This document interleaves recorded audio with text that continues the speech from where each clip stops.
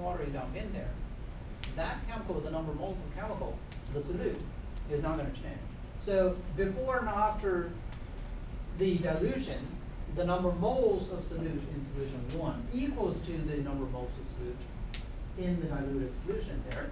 Therefore, the volume and the number of moles are inversely proportional. We use a mathematical equation, M1V1 equals to M2V2. Now, if you look at the definition here, okay, basically M equals to moles over V, volume. M times V give you a number of moles. So M1V1 is the number of moles of solute in the stock solution with a higher concentration. M2V2, well, it doesn't really matter which one represents what.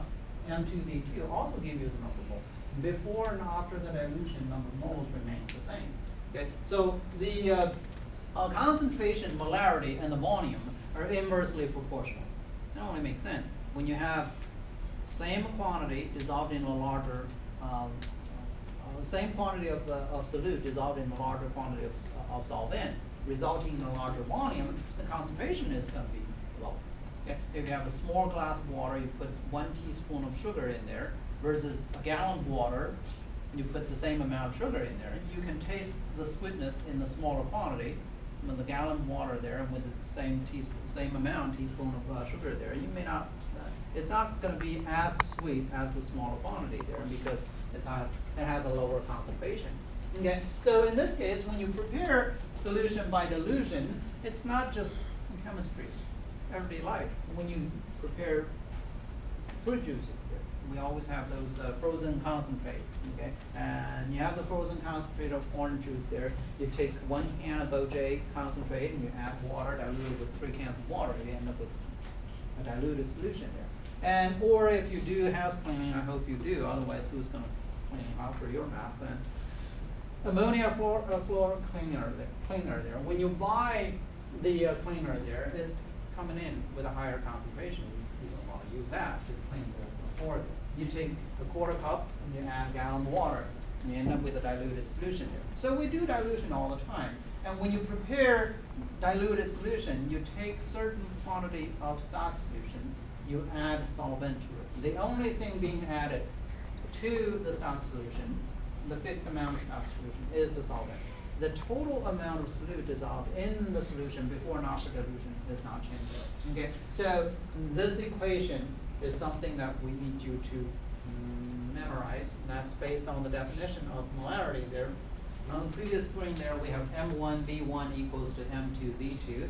Now we see MCVC equals to MDVD, and C for concentrated, D for dilution.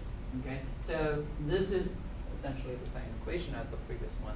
Instead of using numbers there, we use a letter to represent concentrated solution, diluted solution. An example calculation there, if you have 2.00 moles per liter sodium chloride solution, we ask you how many milliliter or how many liter do you need if you want to prepare 100 milliliter or 0.1 liter of 0.500 moles per liter sodium chloride solution. So 2.00 moles per liter versus 0.500 moles per liter. This is the concentrated solution, this is the diluted solution. Okay, so first we need to identify which one is the concentrated solution, a higher number of molarity, of course, and a diluted solution, a lower number of concentration. Okay, once we identify that, going back to that equation, M1V1 equals to M2V2, or MCVC equals to MDVD, C for concentrated, D for dilution there. This is the setup of the equation there.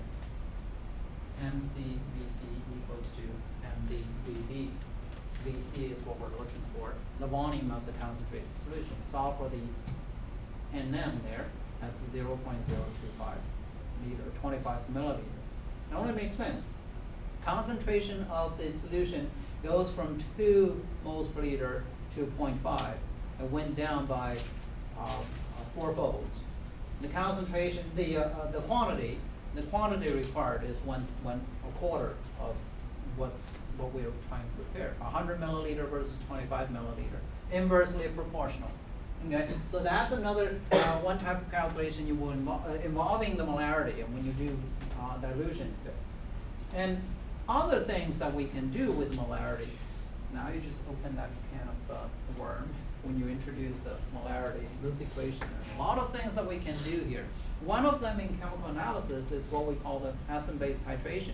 You can have an acid, you can have a base there. Now, if you have an acid, but not knowing how much acid is in there, by preparing a standard solution, we will be able to determine the quantity of the acid or the base in there. So a titration is a process where we can determine the quantity of the chemicals in the particular solution based on a balanced chemical reaction equation. Okay, when you do titration, there are certain terms that we want to introduce, what we call an endpoint. When the reaction is finished, that's the endpoint of the titration there, and you see a color change normally when you have indicator added in there. Okay, and we also need to use an equipment that we call burette, a long, slender glass tubing with marks on them, where you can determine the volume of the solutions that are being used.